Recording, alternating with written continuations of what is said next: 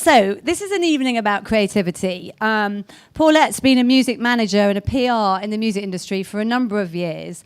And we had a conversation earlier about the frustrations I think both of us feel around in this industry that we're talking about. Some people are classed as creative and some are classed as not creative, because we personally both think that we're creative people, even if we haven't got creativity in our job titles. Creativity is an essential human resource. It's something we're all born with and we all use all the time. So I thought that was a good place to start. And I just wanted to ask Paulette to sort of define creativity in her own terms and talk about the role of it in her life and in her career. Hi, how are you all doing? The aircon working for you? Yeah, we've got the aircon. All right, we're good, we're good. Okay, so when Louise asked me about creativity, we had a little ditty this morning, and I thought, because my role sort of predominantly within the music industry, people looked upon me as a music publisher and working in the back end of the sector. So that's working with regards to copyright, the legal side, the accounting, the distribution, royalties, looking after the international side of the company that I was a director of. And because I wear that hat, people don't often look at me as being creative. Whereas I deem creativity, on one extreme, it's to do with problem solving. Whenever you're solving a problem, as far as I'm concerned, you're being creative, because you have to turn that button on in order to make your way through and find a solution. And I think right at the other end, I find that any project that I'm working on is creative. Anything I do is creative. When I speak, I'm being creative. If I'm being strategic, I'm being creative. And I think it's a real shame that people often differentiate. They look at you as being an accountant. I think accountants are actually the most creative set of people I know. I've got no idea. Honest to goodness. So I used to do the bookkeeping at Westbury, and bookkeeping, especially back in the day before Sage and all of that, it was an Excel sheet for those who still use Excel sheets. And for me, this was the amount of money that came into the business, that was the amount that went out. However, by the time the accountant finished and I looked at the books, I had no clue what the business had done. I didn't understand it, because they use creativity in their own way in order to adjust the figures, to make it make sense, am I speaking, am I being recorded, what am I saying? To set it in a way that it works well for you with regards to the amount you have to pay to the tax man at the end of the day. So for me, I see creativity in just about everything. I don't like it to be defined one way or another. I can't turn off my creative button, because it's in everything I do, in the way that I speak, in the way that I think, in the way that I plan things strategically, in the way that I look to find out what's the latest app that's going to help me to be more efficient. Oh my gosh, here I go again. I'm on Wunderlist, by the way, in case you're wondering what the latest thing is for me out there. No, I mean, and I can completely agree. And it was only actually joining this industry that I had this weird conversations with people where they say, "Are you a creative?" And it's like, well, yeah, obviously. Yeah. But apparently that's a binary thing, and it's a commodified thing, because somehow it's something that only people in certain departments do, and everybody else had to sort of outsource that thing. Exactly. Anyway, we can so digress. I know. We're in a room full of creatives, so maybe we should move on. So for me, it was the Felix, who works in A&R, right, was the creative. Yes. And John and I, the other co-directors, were not.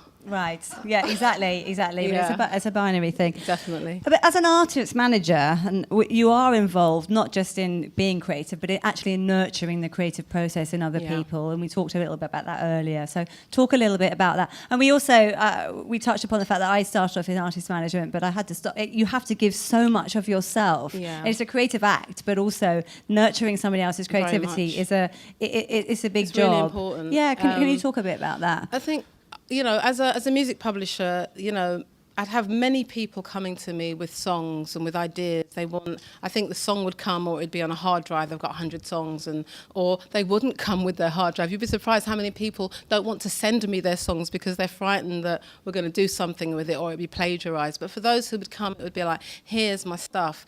This is it. What can you do for me?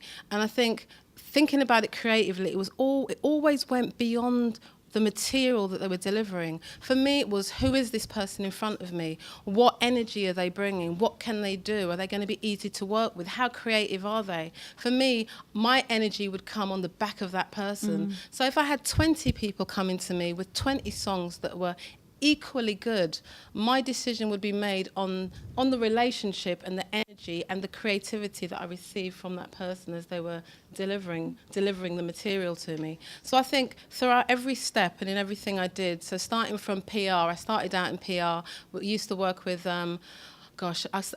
every year I say this, I talk about the artists that I used to work with in PR. I find that every year one of them is no longer with us, and but let me see if I can find some that's still. All right, Ozzy Osbourne, Frank Zappa, Alice Cooper, Luther Vandross, Eka Mouse, Eurythmics.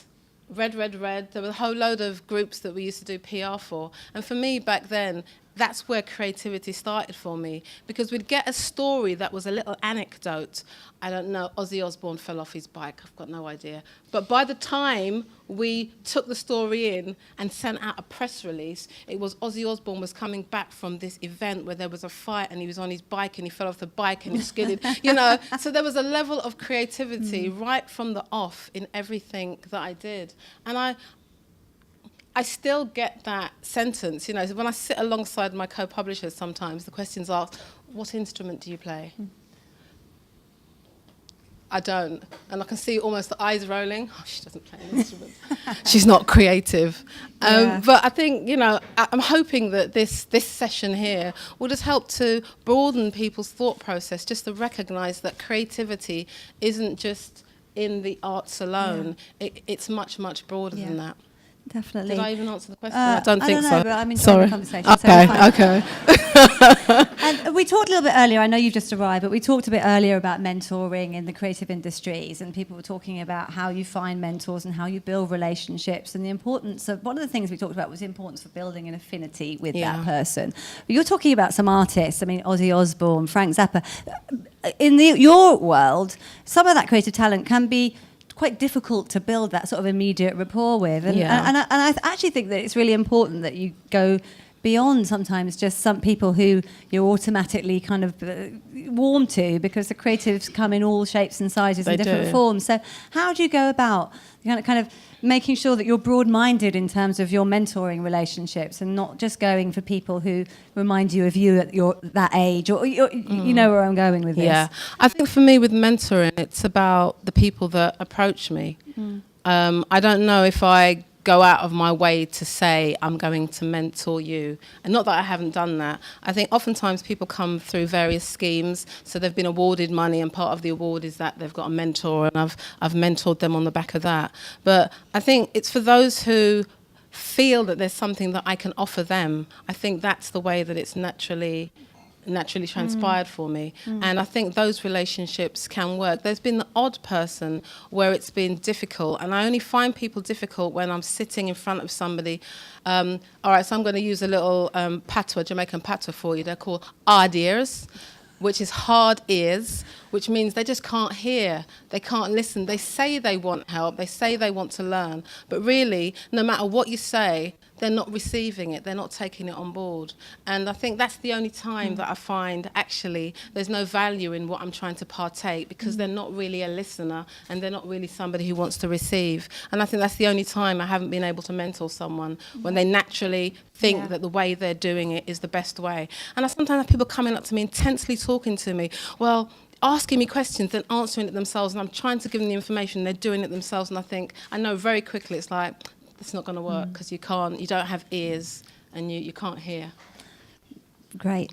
We're going to bring Ayana into the conversation in a moment, but just as one other thing, and I was thinking about bringing you into this audience of people who are creative for their jobs, generally working in agencies and brands and marketing. And I sort of was comparing that to the creative artist, and I wondered, and the people who are working in creative agencies, for example, are on tight time frames, the pressure to deliver things to order every day. You've got to be creative, there's got to be a process to it. And there may be a perception that an artist in your world has more luxury to sort of create according to their own rhythms. And I just wondered, what approaches to creative discipline have you encountered? And is there anything that you think the audience could kind of learn from in terms of how artists who have a different sort of set of objectives perhaps kind of discipline themselves? I think it's looking at it in two different ways. There's disciplines, for example, with regards to playing your instrument and staying on top of your craft. There's a certain level of having to take the time out to practice, to stay on top of your game, whether your instrument is your voice or it's a cello in Ayana's case. But I think there are the same pressures. There's the pressure of an album. There's a pressure of staying on top of it. There's the pressure of writing a hit song. There's the pressure of being current. There's the pressure of, you've just done some pledge funding, you've got money in from fans, and now you need to deliver. I think there's still those pressures in my sector for artists. Right. It may feel leisurely. If you're a songwriter, there are pressures to deliver the song for the publishing company because you've got a term to deliver the song. If you don't deliver enough songs that get recorded, you're not going to get your advance. You don't get your advance, you get money. So I think the pressures are different, but they are still there. I think a silly question. They're under pressure. They're under pressure. I'm going to ask Ayana to join the stage now. We're going to need to just share the mics. But I know that I just would love you to both talk to me a little bit about... Paulette mentioned to me, Ayana, you sit here, and I'll just stand here for that. Paulette mentioned to me earlier that your relationship started as a mentoring one, actually, and I'd love to know the story of that. Yes, so I studied... Oh, hello, everyone. Hi. Sorry. Welcome, sorry. Good evening. I just landed. So I did a master's course at the Manhattan School of Music, and the summer that I came back to London, I ended up at Dartington on an artist development program called Move On Up. And at Move On Up, I met Paulette, who was one of the speakers, and she became like Auntie Paulette to all of us participants. So that's where we met. And from that point on, I stayed in touch. You asked how I was doing. You'd come to some shows. I'd send you some things. And we kept the relationship going. And tell us a bit about your creativity and how you've grown, and the sort of the role that Paulette and your relationship has played within that. Yeah, so in a nutshell, I was like a free, creative musician, like not in a box, I was a contemporary classical composer, blues, soul, R&B singer, hip-hop dancer, salsa dancer, reggae. Amazing. I hope you're doing all those things still. I am. But it's more synthesized now. So I think... That was Paulette who helped you. I think Paulette's role has been the synthesizer in just honing the brand, just make it more pointed, just to bring it all into a kind of more comprehensible package. So still diverse, but just a little bit more clear, a lot more clear. Brilliant. Thank you. And I just go in a minute. I'm just going to ask if anybody wants a question, and then we're going to go to your performance because I don't want to lose time on that. But just in creative terms, you've definitely taken the path less travelled. I was reading your bio, and it tells me that you're the exception to the rule that classical and alternative R&B music cannot coexist. And I suppose I wanted to ask you how you nurture your creativity and how you protect yourself in a very sort of unique and potentially lonely position if you're taking that path, and what advice you might give to others that also want to create to carve a new creative niche. I'm going to do a shameless plug. On Monday, was it? Go for it. BBC Radio 4 aired a half-an-hour documentary on my creativity. And I only say that because you'll get like a full-on half-an-hour answer to this very short little sentence. But it's called Portrait of an Artist. It's a really lovely series they did. And I do talk all about how I actually write a song. I think we go through me writing a song on air and things like that. But in general... how have I nurtured myself?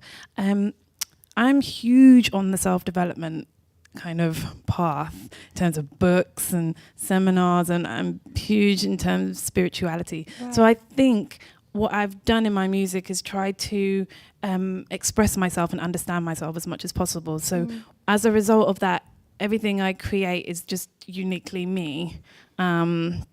Because I'm so interested in unpeeling the layers of my experience and really how to relate better to other people and to just be a bit more compassionate. I am so excited about you being about to perform. I think we should just ask the audience if they've got a question. Does anybody have a question, or is everybody waiting with bated breath like I am to hear Ayana perform. I know, disclaimer, I'm not doing my own song today. I'm doing a cover.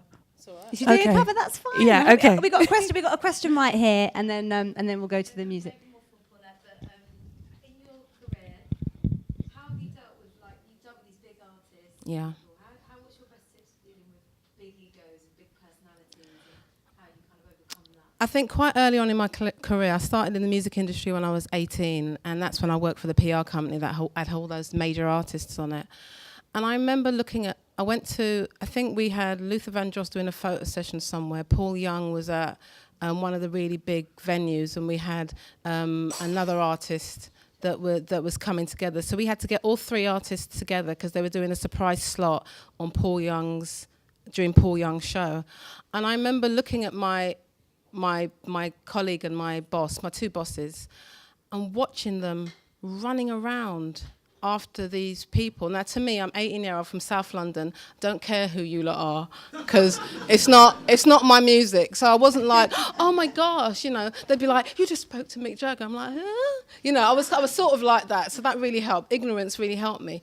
But I remember watching them running around after what to me were just a couple of guys who could actually sing quite good. And all right, there's a big audience out there, but it was just, and I just remember saying, I don't ever want to be like that. And I think in my life there are various poignant moments where I make these big Paulette statements.